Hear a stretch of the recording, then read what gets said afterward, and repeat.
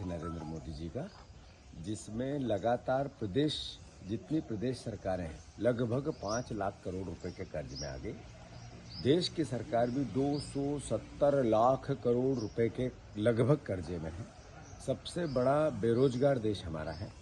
किसानों की आत्महत्या, युवा जो नौकरी और व्यवसाय और धंधा शुरुआत करने के लिए अपने आप को प्रयासरत है, वो सबसे ज़्यादा आत्महत्या करने वाला प्रदेश बन गया। करप्शन अद्भुत और अकल्पनीय हो गया। मोदी जी की कार्यशैली, बीजेपी करप्ट रहो, करप्शन करो, लूटो देश को, बेचो देश को, और दूसरे तरफ भी देश देखता है। मैं मानता हूं कि किसानों के हालात दिन पे दिन दयनीय होती जा रही है और महंगाई से आम मिडिल क्लास परेशान है। इस देश में जो गरीब है उसके लिए अब सरकारें बची नहीं, सिर्फ चुनाव बचे हैं। तो परिस्थितियां सर्वविदित है। जब से नरेंद्र मोदी जी का नया भारत आया है, अमीर अमीर होता जा रहा है और करोड़पति अरबपति बन के दूसरे देशों की सदस्यता लेता जा रहा है। गरीब गरीब होता जा रहा है, यातनाएं भोगता जा रहा है। तो मैं समझता हूँ विकास दर बहुत निचले स्तर पे है और बातें और भाषण बहुत ऊंचे स्तर पे है। तो भाषण थोड़े नीचे करें, विकास दर थोड़ी ऊपर। तो बजट में क्या है किसानों के लिए? नहीं, बात यह है कि इस देश में आपने एमएसपी की बात की थी।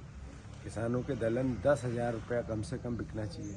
इसका जो अनाज है वो किसान को कम से कम 3,000 3,500 रुपये कुंटल बिकना चाहिए। जो वेजिटेबल है, जितनी लागत उससे डबल कम से कम देश में आए, ये कांग्रेस किसान के घर में आए। उस पर नरेंद्र मोदी जी के भाषण है। मैंने जैसा कहा, उद्योगपतियों के 16 लाख करोड़ पिछले 10 साल में माफ किए, पर इधर किसानों के सुख और हित के लिए कुछ नहीं किया। खाद तक उनको जो सब्सिडी मिलती थी वो समाप्त कर दी। बिजली अद्भुत, पूरे देश के किसान आए थे। एमएसपी को लेकर किसान सड़क पे हैं, कितने दिनों से भूख हड़ताल पे हैं, 5 साल का आंदोलन हो गया, तो उस तरफ देख ही नहीं रहे। तो सबसे बड़ा किसान विरोधी चेहरा कोई देश में आया है तो नरेंद्र मोदी जी का है। तो मैं मानता हूँ ऐसे में कि किसानों के हित की बात करनी चाहिए। युवा सबसे ज़्यादा आत्महत्या कर रहे हैं, किसान सबसे ज़्यादा आत्महत्या कर रहे हैं, बेरोजगारी सबसे ज़्यादा है। तो ये सब बातें देश के सामने भयावह है और इस पर ध्यान रखें।